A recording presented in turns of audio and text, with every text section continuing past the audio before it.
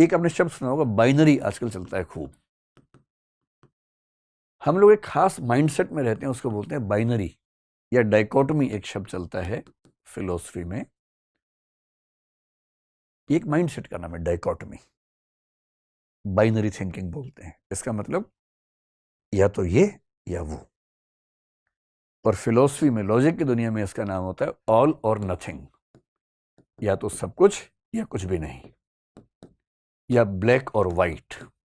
इसी का नाम है दूसरा, ब्लैक और वाइट। एक स्लिपरी स्लोप नाम का चलता है फैलेसी, कुछ कुछ इसके नजदीक है, लेकिन ये थोड़ा सा उससे अलग है। इसका मतलब क्या है कि हम चीजों का फैसला करते हुए या तो इस तरफ खड़े होंगे या इस तरफ खड़े होंगे, और हम ये सोचने को तैयार ही नहीं है कि इन दोनों से अलावा तीसरा या चौथा या पांचवा रास्ता भी हो सकता है। ये आदमी या तो अच्छा है या बुरा है, या ईमानदार है या चोर है, या वफादार है या बेवफा है। जबकि दुनिया में, रियलिटी में ऐसा कुछ नहीं होता है। एक ही आदमी ईमानदार भी होता है, चोर भी होता है। ऐसे कुछ लोग हैं जो ऑफिस के मामले में 100% ईमानदार होंगे, पारिवारिक मामले में चोर हो सकते हैं।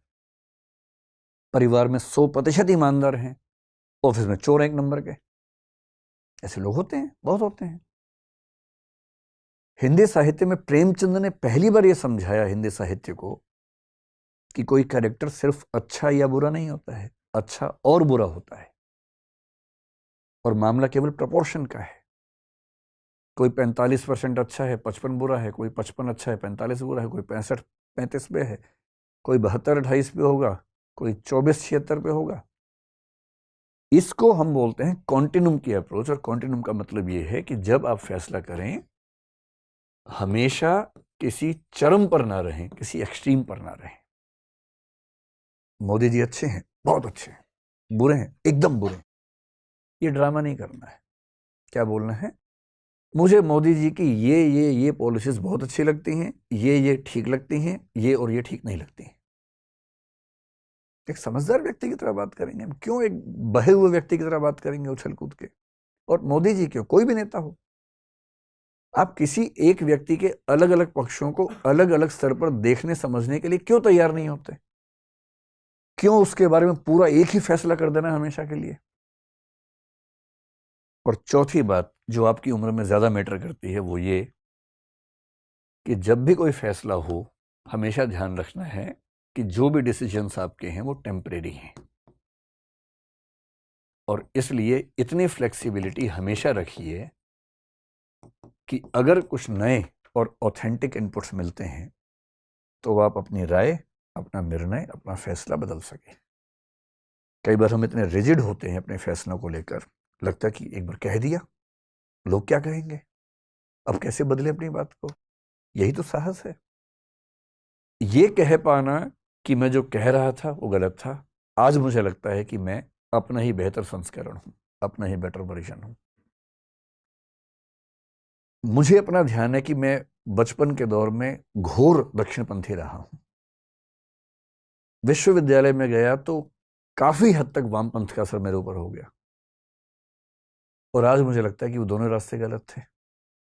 अपनी नजर क्यों नहीं होनी चाहिए, अपनी निगाह क्यों नहीं होनी चाहिए? मैं क्यों किसी की निगाह के पीछे चलूं भाई? मैं क्यों किसी का फॉलोवर बनूं? अपनी निगाह से देखेंगे। ये कहने का साहस कि हाँ मैं गलत था। फिलोसफी की दुनिया में कांट एक बड़ा महान दार्शनिक हुआ है, बहुत महान। अगर मेरा सबसे प्रिय हो पश्चिम में तो कांट है। पहले वो रैशनलिज्म के रास्ते पर था। रैशनलिज्म एक सेक्ट है, एक एम्पायरिसिज्म एक दूसरा सेक्ट है। बुद्धिवाद और अनुभववाद कहते हैं। वो बुद्धिवाद का दीवाना हो गया।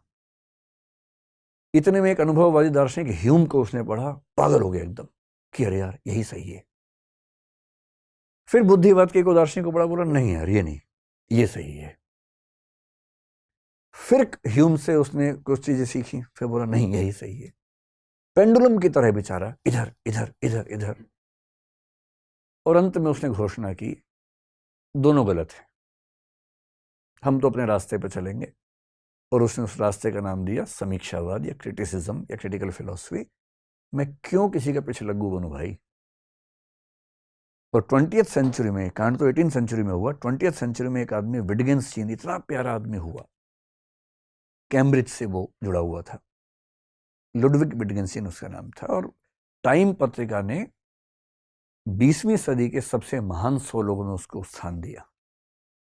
उसकी फिलॉसफी बहुत मुश्किल है, समझना बड़ा मुश्किल काम होता है, लेकिन मैं जो बताना चाह रहा हूँ वो जो रोचक बात उसके बारे में, उसने किताब लिखी, ट्रैक्टेटस नाम से किताब लिखी, बहुत फेमस हो गई किताब, इतनी फेमस हो गई कि उस किताब को बेस बनाकर फिलॉसफी में 2-3 स्कूल चल पड़े, पूरे सब उसके दीवाने हो गए।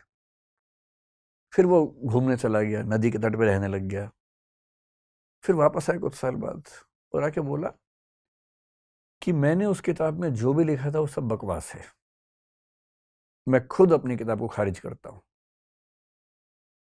बाकी लोग बोले आप तो खारिज कर दोगे, हम तो उसी के बेस में पता नहीं कहां तक भवन बना चुके अपने अपने। उसने कहा नहीं, गलत है तो गलत है, मैंने बोला उस समय वही समझ में आया, सब गलत है। और तब एक दूसरा सिद्धांत निकाला, अपने ही पहले सिद्धांत के खिलाफ दूसरा सिद्धांत।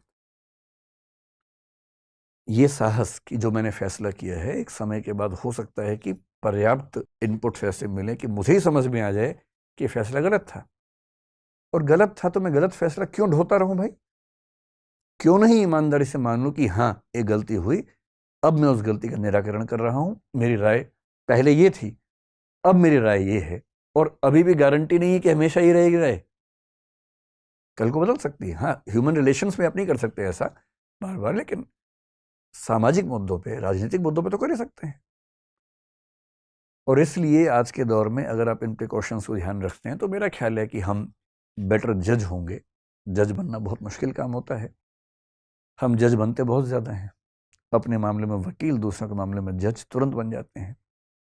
लेकिन जजमेंटल होना जज होना नहीं है, जजमेंटल हुए बिना ठीक फैसला करना जज होना है।